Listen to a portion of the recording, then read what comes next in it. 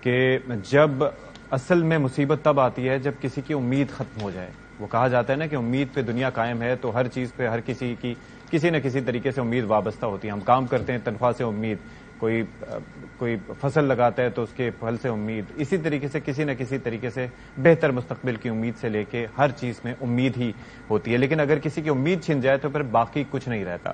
عوام اس وقت بے حال ہو چکے ہیں، اور ظاہر ہے کہ عوام بے حال ہیں، اور جب چیخیں ان کی جو نکل رہی ہیں وہ سننے والا بھی کوئی نہیں ہے، کیونکہ نگرانوں کا کام ریلیف دینا ظاہر نہیں ہوتا. وہ تو الیکشن کروا سکتے ہیں، اور کب کرواتے ہیں. اصل میں جو جواب دہ ہوتے ہیں وہ ہوتے ہیں الیکٹڈ گورنمنٹ، یعنی کہ الیکٹڈ حکمران. ابھی تحریک انصاف ظاہر ہے کہ آپ کی بھی ایک پولیٹیکل پارٹی ہے، آپ اور کم از کم جو اس وقت پیپلز پارٹی ہے، کیا مل کے کسی طرز کی کوئی تحریک چلانے کا ایسے سوچ رہے ہیں، یا کچھ ایسا ہو سکتا ہے کہ اس معاملے پر آپ کی بات ہو سکے تاکہ الیکشنز کم از کم ٹائم پر ہو سکیں یا 90 دن کی مدت کے اندر ہو سکیں؟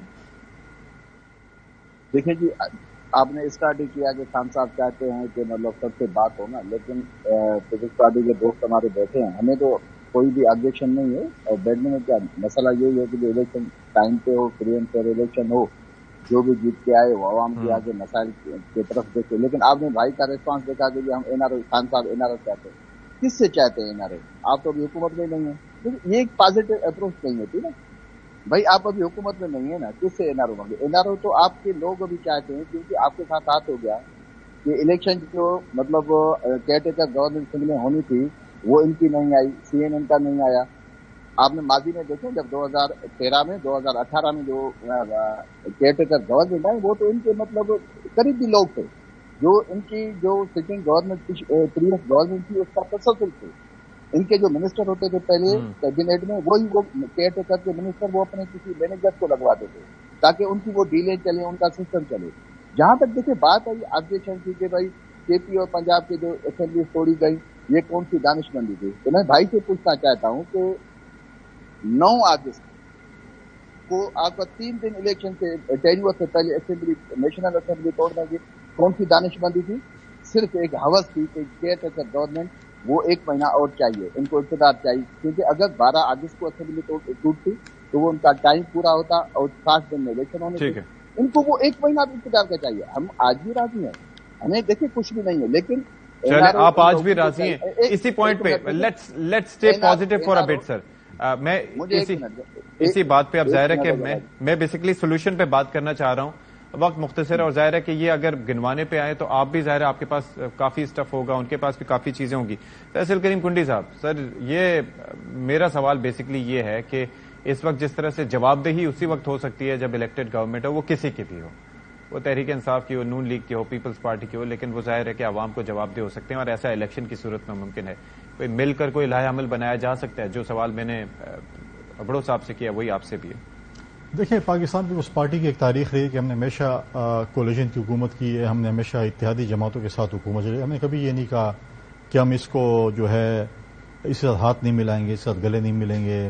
کسی کو ہم نے یہ نہیں کہا کہ تم مطلب ہے کہ جس طریقے سے لغبات پی ٹی آئی کے چیئرمین دیتے تھے، ہم ہر پولیٹیکل پارٹی کے ساتھ بیٹھ سکتے ہیں. لیکن دیکھیں، پی ٹی آئی کا پرابلم یہ ہے کہ ان کے پارٹی کے چیئرمین، ان کے پارٹی کے بہت سے مین عہدیدار 9 مئی کے واقعات میں ملوث ہیں. جب تک وہ ان کی کلیئرنس نہیں ہوتی، جب تک وہ پولیٹیکل گراؤنڈ میں واپس نہیں آتے، اس وقت تک کوئی بات نہیں کی جا سکتی.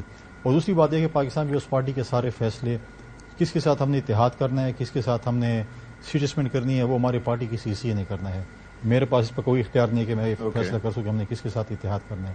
سی سی نے ہماری جو ہے اس نے فیصلہ کرنا ہے کہ ہم نے کیا کرنا ہے یا کیا نہیں کرنا.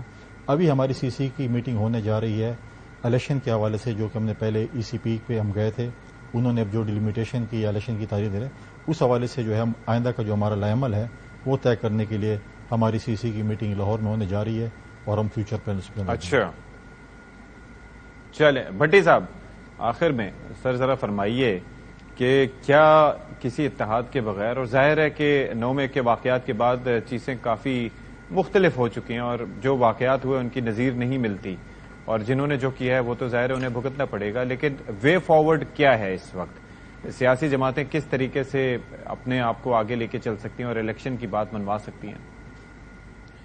دیکھیے، وے فارورڈ تو ہے کہ سارے کم از کم مساک عوام پر تو متحد اور متفق ہوں.